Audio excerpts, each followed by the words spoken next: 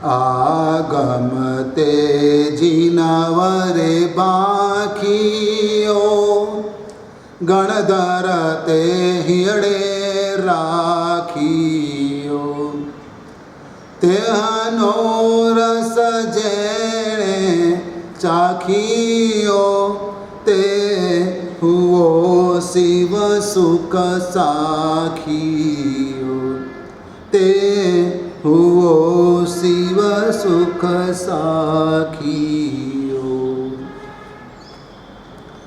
45वां आगम ग्रंथ अनुयोग द्वार सूत्र। कोई भी नगर में प्रवेश करने के लिए अलग अलग द्वार होते हैं। घर में प्रवेश करने के लिए एक ही द्वार होता है। दुकान में प्रवेश करने के लिए एक ही द्वार होता है, लेकिन नगर में प्रवेश करने के लिए कम से कम 4 द्वार होते हैं।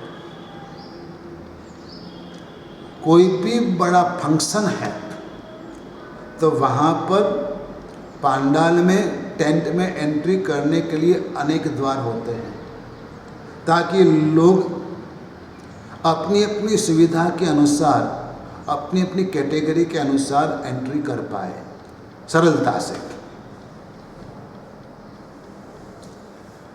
थिएटर हॉल के अंदर भी अलग अलग द्वार होते हैं और सभी प्रेक्षक अपनी अपनी टिकट के अनुसार सरलता से एंट्री कर पाते हैं। ठीक वैसे ये आगम ग्रंथों को समझना है, ज्ञान के समंदर में डुबकी लगाना है, तो आपको अनुयोग द्वार सूत्र का अध्ययन करना होगा। उनके द्वार के माध्यम से आप मूल तत्व तक पहुंच पाओगे। और इसलिए यह अनुयोग द्वार सूत्र को मास्टर की रूप में माना गया है। चाहे कोई भी लॉकर आप रखो, आपके पास चाबी है, लेकिन मास्टर की के बिना वो लॉकर खुलता नहीं है। ठीक वैसे 45 आगम ग्रंथों का ज्ञान यदि पाना है तो अनुयोग द्वार सूत्र का सहाय लेना पड़ेगा। उनकी सहायता के बिना आप उसका अध्ययन नहीं कर पाओगे। और गणिपिटक भी कहते हैं, आगम ग्रंथों को गणिपिटक कहते हैं, यानी कि जो गणी है, जो गणनायक है, उनका खजाना। और खजाने को खोलने के लिए चाबी तो चाहिए ही चाहिए, और यह चाबी है, यह चाबी है। और अधिकांश अलमारी में 2 चाबी लगती है, 2 लॉक लगते, 1 नंबर 2 नंबर। और जब दोनों 1 बाय 1 लगाई जाती हैं तब लॉक होता है और तब खुलता है, और तब अंदर का माल प्राप्त होता है। ठीक वैसे ज्ञान को, आगम ग्रंथों के ज्ञान को प्राप्त करना है तो 2 चाबी लगानी पड़ती है, नंदी सूत्र और अनुयोग द्वार सूत्र।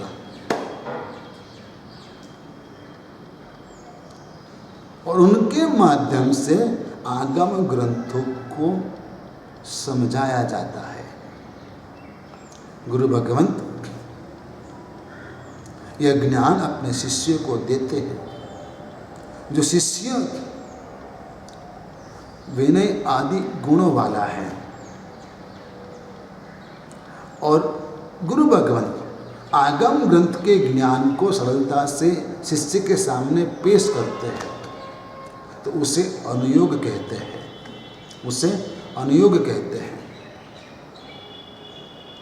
और अनुयोग 4 तरह के हैं। अनुयोग 4 तरह के हैं: उपक्रम, निक्षेप, अनुगम और न्याय। ये 4 माध्यमों के अनुसार यदि आप प्रवेश करना चाहते हो तो आगम ग्रंथ की दुनिया में आप प्रवेश कर पाते हो। इतना गहरा ज्ञान है कि जिसमें आप कितने साल लगा दो कम पड़ेगा। प्रसमृति ग्रंथ उमा सती जी महाराज ने उसकी रचना की है और बहुत ही प्यारा ग्रंथ है। उस ग्रंथ के प्रारंभ में उमा सती जी महाराज जिन्होंने तत्वाद सूत्र की भी रचना की है, वह कहते हैं कि मैं इस ग्रंथ की रचना करता हूं, लेकिन सिर्फ गणधर भगवंत, ज्ञानी भगवंत, उन्होंने जो रचना की और रचना करते हुए जो कुछ बच गया उसको इकट्ठा करके मैं आपको दे रहा हूं। सोचो कि इतने बड़े ज्ञानी भगवंत भी अपने आप को कितने नीचे समझते हैं। जैसे कि उन्होंने दृष्टांत दिया कि जहां पर मंडी है, गेहूं आदि बिकते हैं और हजारों बोरियां वहां पर आती हैं। अब मजदूर ट्रक में से बोरी की बोरी उठाकर खाली करते चढ़ाते चालू रहता है और बोरी उठाते समय बहुत सारे कितने सारे दाने गिर जाते हैं। वहाँ पर कोई ऐसा लोग होते हैं कि जो लोगों से भीख नहीं मांगते, लेकिन ऐसे दाने इकट्ठे करके धो के वो उसका भोजन के रूप में उपयोग करते हैं। तब इस बात को नज़र में रखते हुए उमा सती जी महाराज कहते हैं कि ज्ञानी गणधर भगवंतों ने जो कुछ भी बनाया शास्त्र ग्रंथों का स्वरूप, उसको इधर से इधर भेजा, अपने शिष्य को दिया और उसमें से जो कुछ भी गिरे एक दो दाने वो इकट्ठा करके मैं आपको दे रहा हूँ।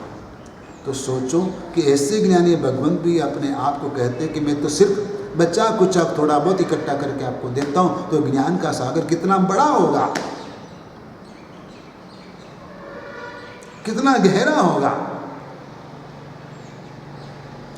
जबकि मांतुक सरिस जी महाराज अपने आप के लिए कहते अल्पसुतम सुतवताम परिहास दावा, मैं तो ज्ञानियों के लिए मजाक के पात्र हूँ। बुद्धिया विना भी बुधार्जित पाद पीठा, मैं तो बुद्धि रहित हूँ, वैसा अपने आप के लिए कहते हैं। तो हम कौन से ज्ञानी हैं? कुछ नहीं है। कलिकाल सर्वज्ञ हेमचंद्राचार्य जी भगवंत कि जिसका आज जन्मदिन है, आज से 900 साल पहले गुजरात की धरती के ऊपर उन्होंने महान उपकार किया था। महाराजा कुमारपाल को प्रतिबोध किया था, जैन धर्मी बनाया था, क्षत्रिय धर्मी से, शैव धर्मी से। सिद्धराज जयसिंह को जैन धर्म का अनुयायी बनाया था, जैन धर्म का प्रेमी बनाया था। जो हेमचंद्राचार्य भगवंत सोमनाथ महादेव की यात्रा के लिए गए थे और वहां जाकर वितराग महादेव स्तोत्र की उन्होंने रचना की थी, सिद्धराज जयसिंह के द्वारा पालिताना का संग निकलवाया था। वैसे आचार्य भगवंत का आज जन्मदिन है और वो आचार्य भगवंत भी ऐसा कहते हैं कि मैं श्याम चेटो की दरिद्रों की जिन धर्मादिवाच। वो क्या कहते हैं? कुमारपाल क्या कहते हैं? बस धर्म मिल जाए भगवान का तो चाहे मैं किसी भी रूप में जी लूँगा, चलेगा मुझे। हेमचंद्राचार्य जी के शिष्य परमहंस महाराज कुमारपाल भगवान से प्रार्थना करते हैं और हेमचंद्राचार्य जी स्वयं अपने आप के लिए कहते हैं कि मैं तो आपका दास हूँ और दास के रूप में आप मुझे स्वीकार कर लीजिए। बस कभी वो नहीं कहते कि मैं महान हूँ। इतनी में महानता थी। और यह आगम ग्रंथ के अंदर ऐसा उपक्रम बताया गया है कि जो आगम ग्रंथ बहुत ही गंभीर है, उसका ज्ञान पाना बहुत ही दुर्लभ है। वैसे आगम ग्रंथ की सिर्फ प्रस्तावना करना, क्या करना? प्रस्तावना। कोई भी बुक के आगे प्रस्तावना होती है, शुरू के 2-3 पेज 4 पेज के अंदर, और प्रस्तावना पढ़ते हैं तो सारी बुक का एसेंस आपको मिल जाता है, बुक में क्या है। ठीक है, वैसे कोई भी आगम ग्रंथ की प्रस्तावना गुरु भगवंत अपने शिष्य के सामने करते हैं तो उसे उपक्रम कहा जाता है, और उपक्रम के माध्यम से आगम ग्रंथ को समझना चाहिए। सर्वप्रथम जब पहली बार आप आगम ग्रंथ के बारे में सुनना चाहते हो तो डायरेक्टली पूरा आगम ग्रंथ सुनने का, पढ़ने का, उसका अध्ययन करने का भाव मत रखिएगा, लेकिन उसके पहले उसकी प्रस्तावना, उसका स्वरूप क्या है, उसमें क्या सब्जेक्ट है, और उसके रचयिता ने क्या इसके पीछे हेतु रखा है, क्या मकसद है, वो सब समझने का प्रयास करना चाहिए। और इसकी वजह से आपके मन में ये आगम ग्रंथ के बारे में इंटरेस्ट पैदा होगा। कोई भी बुक के लिए आपको इंटरेस्ट पैदा तब होगा कि जब आप उसकी प्रस्तावना पढ़ेंगे। हमारे पास बहुत सारी किताबें साल भर में आती रहती हैं। हम किताब पढ़ते हैं, हमारा काम ही यही है, लेकिन कोई भी किताब आने के साथ पहले तुरंत तो वो पढ़ी नहीं जाती, लेकिन कम से कम शुरू के 2-4 पेज हम देख लेते हैं, प्रस्तावना देख लेते हैं, किसने लिखी है बुक, किसने लिखी है बुक की प्रस्तावना, किसने लिखी है, अंदर सब्जेक्ट क्या है वो देख लेते हैं, और कुछ पेज के ऊपर नज़र कर लेते हैं, बाद में रख देते हैं। फिर जब समय मिलता है तब पूरी किताब पढ़ते हैं। किताब के ऐसे हम डिवाइड कर देते हैं।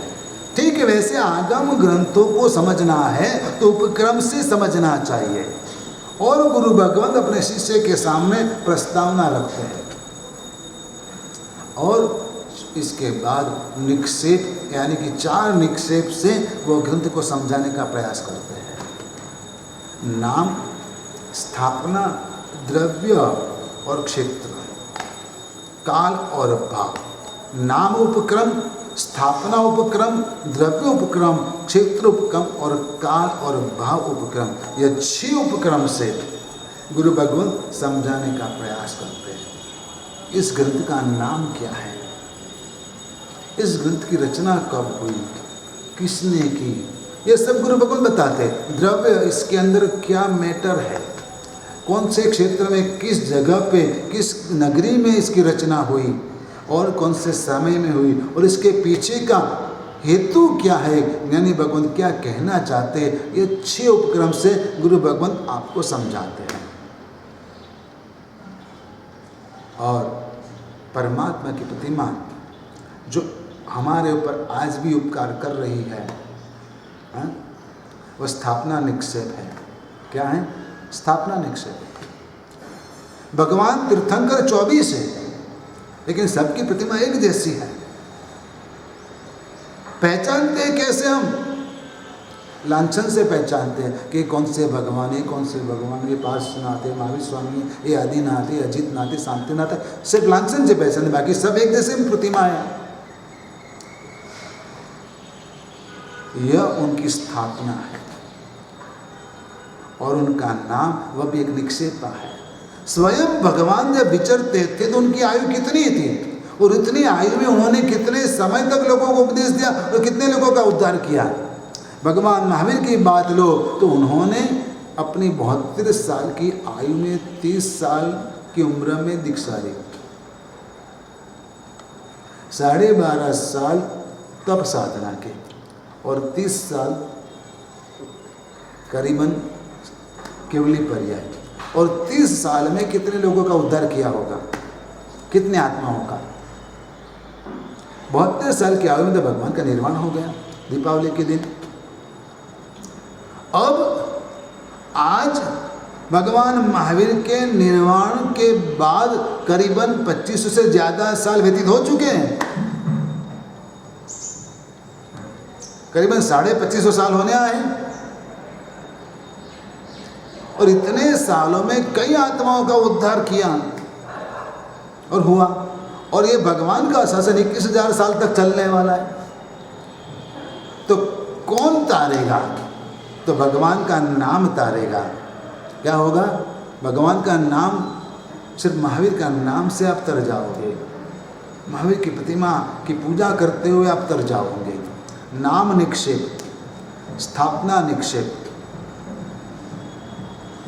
द्रव्य निक्षेप और भाव निक्षेप। नामाकृति द्रव्य भावई पुनः तस्य जगत जनम क्षेत्रे काले सर्वस्व नरहता समुपासमय।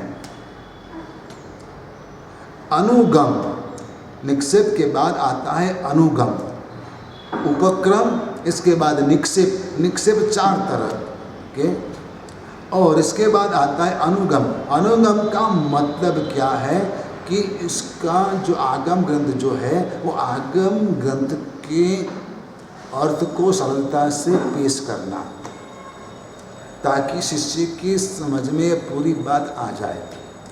सूत्र के अनुरूप उसकी व्याख्या करना और ऐसा स्वरूप बताना कि ताकि वह सरलता से शिष्य समझ ले। और उस अनुगम के 9 प्रकार हैं। अनुगम के भी 9 प्रकार हैं, क्योंकि शिष्य को समझाना सरल नहीं होता है। कोई भी टीचर जो है उनको अपने स्टूडेंट को सिखाना है तो उनको खुद को पहले तैयारी करनी होती है। कोई भी प्रवचनकार जो रहता है उसको कोई एक सब्जेक्ट के ऊपर प्रवचन देना है तो उसको पहले तैयारियां करनी होती है, और इसके बाद वह यदि प्रवचन देता है तो वह सामने वाले को कन्विंस कर पाता है और समझा सकता है।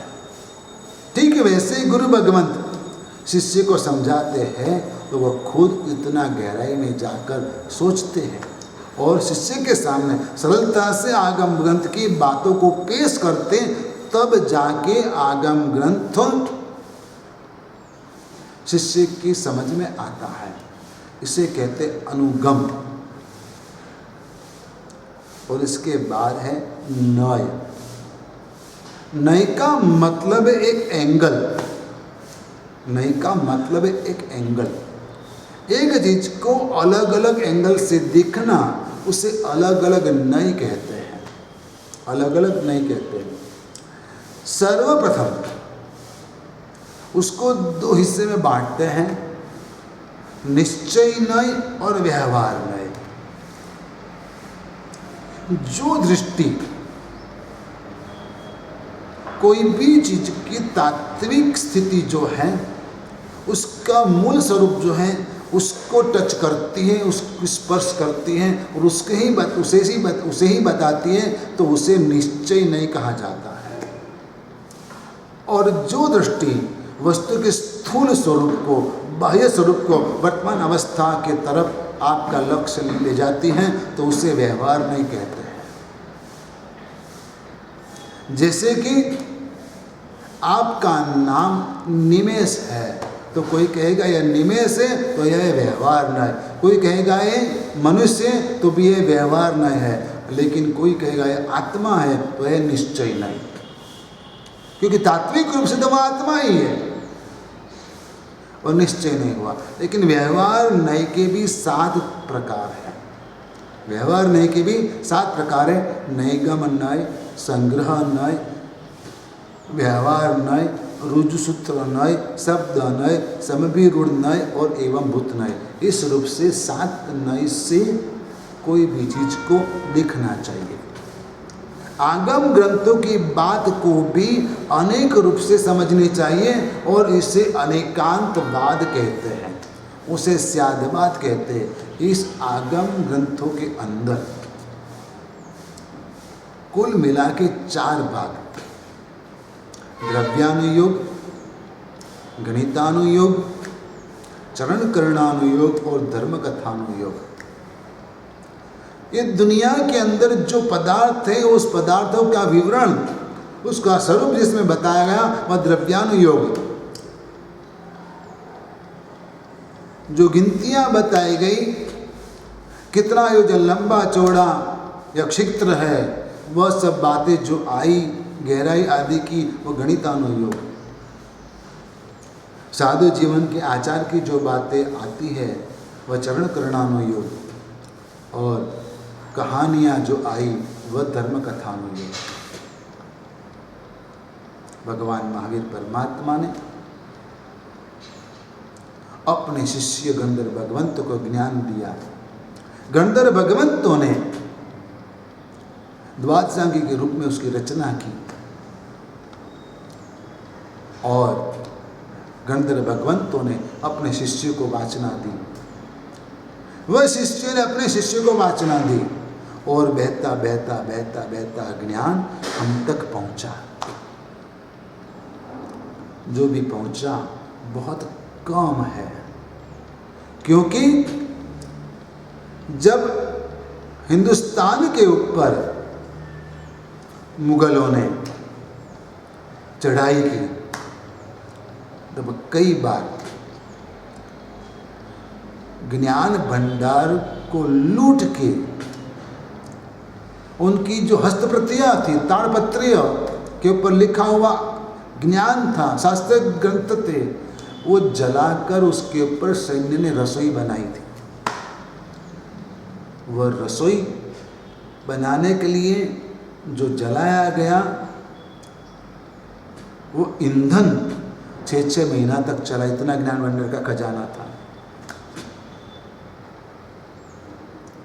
जिन मंदिर के सामने हर कोई नजर डालता है और उसमें हर कोई पैसा लगाता है और लगाने के लिए आज भी तैयार है, एक एक व्यक्ति आज ऐसे समर्थ जैन शासन के अंदर है कि जो एक एक तीर्थ नया खड़ा कर देते हैं, लेकिन एक ज्ञान मंदिर के लिए, एक हस्त प्रति के लिए, एक साधु साधी जी भगवंत को पढ़ाने के लिए यदि किसी को प्रेरणा की जाए तो वो मुश्किल से पैसा खर्च करने के लिए तैयार होते हैं। उसके प्रति उपेक्षा भाव है। आप गुरु भगवंत के पास जाते हो, गुरु भगवान प्रतिदिन प्रतिपल ज्ञान में ही रचे पचे रहते हैं, लेकिन गुरु भगवंत को कोई किताब चाहिए, कोई ग्रंथ चाहिए, तो वह आप खुद जाकर लाने में कितने समर्थ हो। आप इतना ही कहेंगे गुरु महाराज आप किसी से मंगवा लीजिएगा, हम पैसे दे देंगे, बात खत्म। लेकिन आपको खुद को इंटरेस्ट क्यों नहीं है? ज्ञान के प्रति आपके मन में कोई भाव क्यों नहीं है? मुश्किल से ऐसे कोई श्रावक है जो ज्ञान के प्रति पूज्य भाव रखते हैं और उसके पीछे समय और पैसे दोनों लगाते हैं। नेमिश्वर जी महाराज अपने साथ मोबाइल लाइब्रेरी रखते थे, मोबाइल पाठशाला चलाते थे। मतलब कि उनके साथ पंडित रहते थे और कई श्रावक उनके साथ पढ़ने के लिए रहते थे, और गुरु भगवंत उसको धर्म की शिक्षा देने के लिए इतनी सुविधा देते थे। और किसी भी कोने में कोई भी गुरु भगवंत को यदि कोई भी ग्रंथ की आवश्यकता है तो नेमिश्वर जी महाराज तुरंत ही उसको वो ग्रंथ पहुंचाने का प्रयास करते थे, उसकी व्यवस्था कर देते थे। सहायता करना साधु का धर्म है और साधु को सहायता करना आपका धर्म है। नेमिश्वर जी महाराज बड़े विद्वान थे। उनको काशी में पढ़ाने के लिए जाने का गुरु भगवंत ने सोचा। गुरु भगवंत विहार करते हुए खंभात पधारे, लेकिन कोई श्रावक को लगा कि गुरु महाराज टेंशन में है। श्रावक ने गुरु भगवंत को पूछा, गुरु महाराज क्या टेंशन है? तो कहते हैं कि शिष्य को काशी में पढ़ाने के लिए ले जाना है, लेकिन काशी के पंडित जो है वह किसी को भी मुफ्त में पढ़ाते नहीं है, उनको कुछ देना पड़ता है, उसका खर्च लगता है। वो श्रावक था, इतना उत्साही था, उसने कह दिया गुरु महाराज जो भी खर्च लगेगा वह खर्च देने के लिए मैं तैयार हूँ, संपूर्ण खर्च मैं करूँगा, आप पढ़ाइए आपके शिष्य को। और तब जाके इस शासन को, यह संघ को महोपाध्याय यशो जी महाराज मिले थे। और आज कोई गुरु भगवंत ऐसे बात श्री संघ में करते हैं तो श्री संघ का कानून उनके सामने धर दिया जाता है, नियम धर दिया जाता है। गुरु महाराज आप जितने दिन रुके उतने दिन का ही आपको मिलेगा, इससे ज्यादा हम नहीं देंगे, हमारा नियम है। श्री संघ के लोग आपको पैसे देते हैं, आपको सिर्फ मैनेजमेंट करना है, नहीं कि आपको मालिक बनाया गया है। लेकिन आप ये धनराशि के ऊपर सांप बनकर बैठ जाते हो। और साधु साधु जी भगवंत को 10 जगह मांगना पड़ता है कि हमारे पंडित को पगार दो, हमारे नौकर को पगार दो। क्यों? ऐसी कोई व्यवस्था नहीं है कि साधु साधु जी भगवंत को इस बात का कोई टेंशन ही ना हो सकता है इस संघ के अंदर सब कुछ हो सकता है, सिर्फ योग्य मार्गदर्शन दे दिया जाए तो। जबकि एक एक व्यक्ति, एक एक श्रावक बड़ा बड़ा तीर्थ खुद का बना सकते हैं, तो कोई श्रावक कोई समस्या को सुलझा नहीं सकता, ऐसी कोई बात नहीं है। इस आगम ग्रंथ के अंदर और भी कुछ बात कही गई है, जिसमें कथान योग के अंदर जो बात आती है, और कथानु योग में अलग अलग रस है, मतलब कि कहानी जो होती है, कहानी में अलग अलग तरह की बात होती है। उसमें भय की बात भी होती है, जिसमें विभत्सा की भी बात होती है, जिसमें हास्य की बात भी होती है। वैसे 9 रस कथा के अंदर 9 रस होते हैं।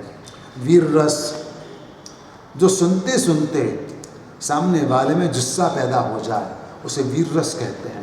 वैसे 9 रस की बात भी इस आगम ग्रंथ में कही गई है। लक्ष्मी जी का वर्णन आता है कल्पसूत्र के अंदर, और जो गुरु भगवंत के मुख से आप सुनते हो, एक स्त्री का वर्णन, लक्ष्मी जी का वर्णन एड़ी से लेकर चोटी तक किया गया है। उनकी कमर कैसी थी, उनकी गर्दन कैसी थी, उनकी आंखें कैसी थी, सब कुछ वर्णन कल्पसूत्र में आता है। और गुरु भगवंत आपके सामने परिसना में करते हैं वर्णन। कल्पसूत्र के दूसरे प्रवचन में लक्ष्मी जी का वर्णन आता है। अब यह क्या है? ये कौन सा रस है? ये कौन सा रस हुआ? मतलब यह काम रस हुआ। स्त्री का वर्णन, युद्ध का वर्णन, भरत बाहुबली के युद्ध का वर्णन आता है, वीर रस हुआ। ऐसे 9 रसों से भरी हुई धर्म कथा होती है। कभी गुरु भगवंत असुचि भावना का वर्णन करते हैं तो शरीर कितना गंदा है वो सुनकर आपके कान में कीड़े पड़ जाते हैं, जैसे सुनना पसंद नहीं आता है। क्योंकि जो भी खाया वह मलमूत्र के रूप में बाहर आता है। शरीर ऐसा गंदा मशीन है, जो भी अच्छा लगाया शरीर के ऊपर वो सब 4 घंटे में तो बदबू देता है, सब खराब कर देता है। ऐसा सुनेंगे तो आपके मन में कैसा हो जाएगा? जब खाना खाओगे तब आपको वॉमिट हो जाएगी कि क्या खा रहा हूँ मैं। यह विभत्स रस है। यह अलग अलग रस का वर्णन इस आगम ग्रंथ में किया गया है कि धर्म कथा करने वाले को ये सभी रसों का वर्णन करने को आना चाहिए। और आगम ग्रंथ में सब कुछ है। और साथ में संगीत, सा रे ग म प ध नि, यह जो है उसका भी यहाँ पर वर्णन किया गया है। 7 स्वरों का वर्णन, उसकी समझ इस आगम ग्रंथ में दी गई है।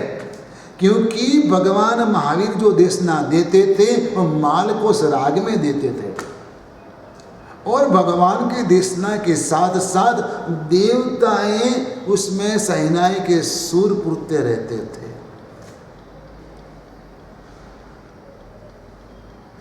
यदि कोई प्रवचनकार प्रवचन के माध्यम से आपको उपदेश देता है और साथ में म्यूजिक बज रहा है, कितना अच्छा लगता है। जैसे कोई लोक गायक है, लोक कथाकार है, वो कथा कहता भी है और साथ में थोड़ा सा लाइट म्यूजिक बजता रहता है, तो सुनने वाले को आनंद आता है। वह फिर उसका मन कहीं भटकता नहीं है। इसलिए संगीत का भी ज्ञान साधु को होना जरूरी है। उसका वर्णन इस आगम में किया गया है, और कौन सा अक्षर कहाँ से निकलता है वह भी बताया है। सा किधर से निकलता है, रे किधर से निकलता है, कहाँ से बोला जाता है। सा जो है वह किधर से निकलता है, तो कहते हैं कि गले से निकलता है, जीभ के अग्रभाग से निकलता है। कौन सा अक्षर कहीं से निकलता है उसका भी वर्णन किया है। सर्ज, सा को सर्ज कहते हैं, तो वो कहाँ से निकलता है कि जीभ के अग्रभाग से निकलता है। सा, रे तो कहाँ से निकलता है, ग कहाँ से, कौन सा अंग जीभ कहाँ टच करती है और आवाज़ निकलती है, उसका वर्णन इसमें किया गया है। और ये सभी बातें आगम ग्रंथ के लिए बहुत ही उपयोगी है। साधु के लिए सब जानना जरूरी है, और तब जाके प्रवचन का अच्छे से प्रवचन कर पाता है, सामने वाले को समझा पाता है, और सामने वाले के मन में जिन शासन के प्रति, आगम ग्रंथों के प्रति अहोभाव पैदा होता है। आज कार्तिक की पूर्णिमा है, चातुर्मास पूर्ण हुआ, गुरु भगवंतों का विहार हुआ, और हम भी आज विहार कर रहे हैं। और आज सत्यंजय गिरिराज की यात्रा का प्रारंभ हुआ, हम भी गिरिराज की ओर जा रहे हैं। इतने दिनों से करीबन 120 दिन हुए चातुर्मास के। आषाढ़ चौमासी से प्रवचन का प्रारंभ किया था, और आज यह प्रवचनमाला पूर्ण होती है। और इस प्रवचनों के अंदर गणधर भगवंत, हमारे गीतार्थ गुरु भगवंत, शास्त्र के रचयिता जो महापुरुष, उस सभी के मन के अंदर जो हेतु था उससे विपरीत कुछ भी मेरे से कहा गया हो तो मन वचन काया से श्री संघ के सामने मिच्छामि दुक्कड़म, मिच्छामि दुक्कड़म, मिच्छामि दुक्कड़म।